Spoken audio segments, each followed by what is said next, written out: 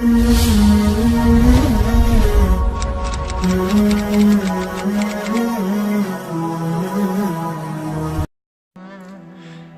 ҷавон барои оиладор шудан ба духтаре вохӯрӣ баромад.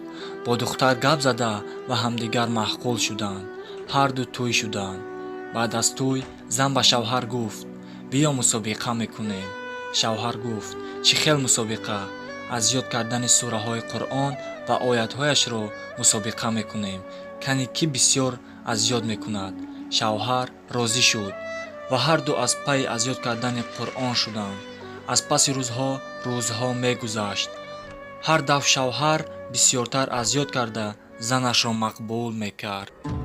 шавҳар аз ин завқ бурда хондани Қуръонро зиёд ва сураҳои бисёрро аз худ кард ва як сол нашуда қории Қуръон шуд ва хурсанд шуда ба назди падару модари занаш рафт ва гуфт: бо духтаратон аз ёд кардани сураҳо ва оятҳои Қуръонро мусобиқа кардем. ҳар дафъ духтаратон ба ман мақбул мешавад. Ман қории Қуръон шудам. гуфта фахр кард. падару модари духтар ин суханҳоро шунида ҳайрон шуданд ва гуфтанд: писарам, духтари ман дар синни 9 солагиаш Қуръонро аз худ карда буд кӯ? ҷавон ин кори занашро нафаҳмида ба хона омада чаро чунин кардӣ гуфт.